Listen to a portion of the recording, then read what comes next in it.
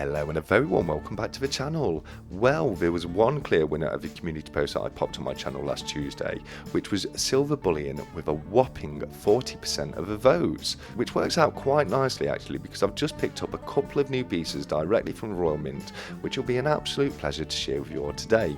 The first of which, as you can see in front of you, is this all new Una and the Lion bar as designed by artist Jodie Clark.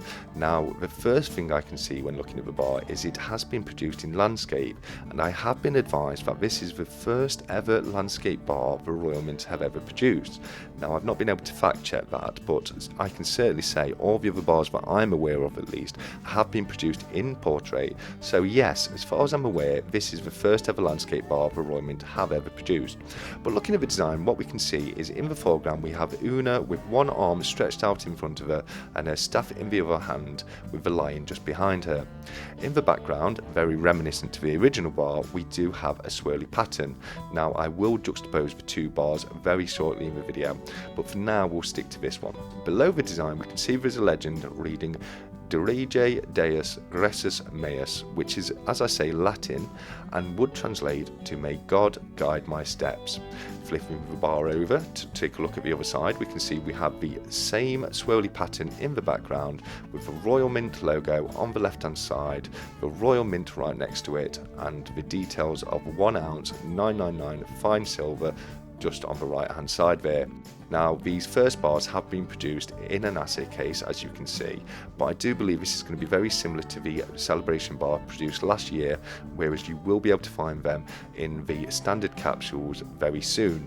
I think very similar to the celebration bar, what I'm going to do is I'm going to keep this one in the assay case and also get another version in the standard capsule to go alongside it, just because I can stack it with my other bars a little better and it would appease my OCD a little more. Now, as I say, if we take this and compare it to the original bar, there's a few very minor differences we can see. The pose is slightly different. On the original bar we have the lion in the foreground with Una stood behind it with scepter and orb in hand, and as I say, a very similar swirly pattern in the background.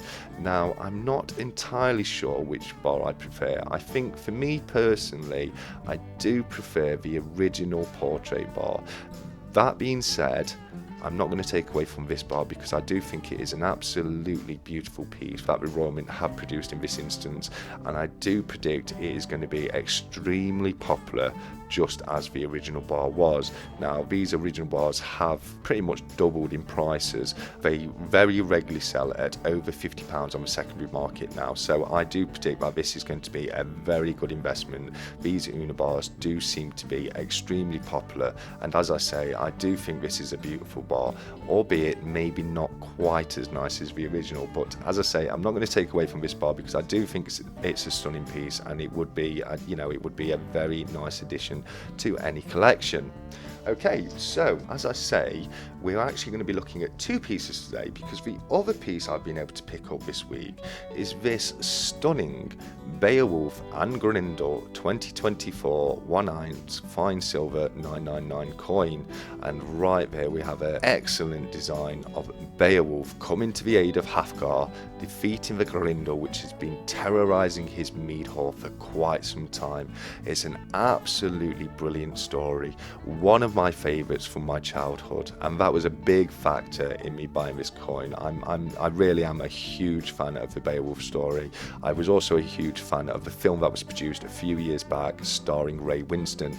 Now, taking a look at the design of the coin, we can see that we have Beowulf in the foreground, dressed in traditional Danish battle gear with his shield in front of him and his spear in the other hand, and behind him we can see the terrible Grendel ready to do battle. It's not quite the same as the film with Ray Winston. He was dressed very differently during the battle, and if you have seen that film you'll know exactly what I mean.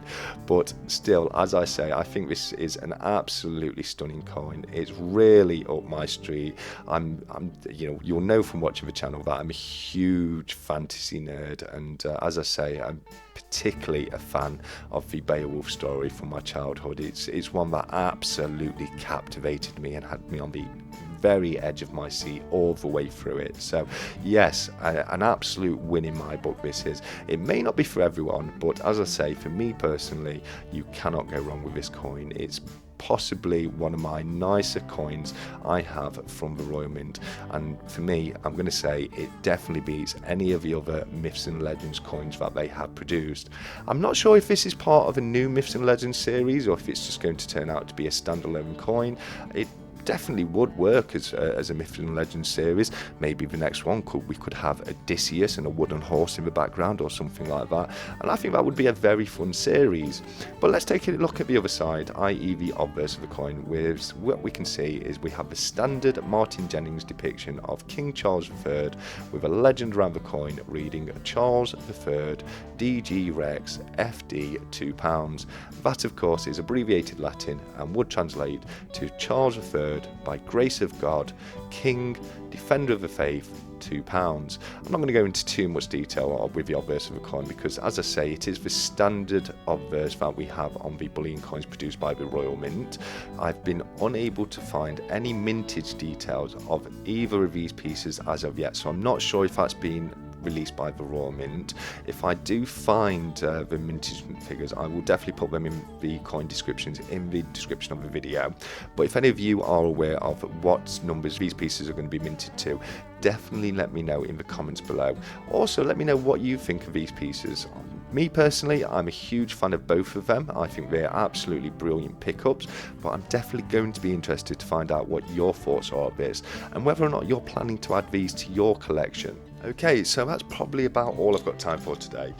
However, before I leave you, I will remind everybody that, as per usual, I will be putting another poll on my channel to give you the opportunity to have your say as to what type of piece I will be reviewing in next week's video. One thing you may notice is I do remove the winner every single week, just to make sure we're mixing things up a bit in every single video and we don't have the same type of coin every single week. Now, once a type has won and has been removed, it will remain off of the community post for 2 weeks before it gets re-added. So I will be this week re-adding Gold Sovereign to the list, which was the winner a couple of weeks ago, and then next week I'll be re-adding Pre-Decimal Silver. The week after that I'll be re-adding Silver Bullion. As I say, the only reason for that is I do want to mix these videos up. I don't want it to be too monotonous. I don't want it to be the same kind of coin every week. I really do like reviewing all different types of coins, but I definitely want you guys to have your say as to what kind of coin you want to see on the channel. So, as I say, with that being the case, that's pretty much all I've got time for today. So I'm going to leave you all by saying, until next time, as usual, keep stacking, take care, and goodbye.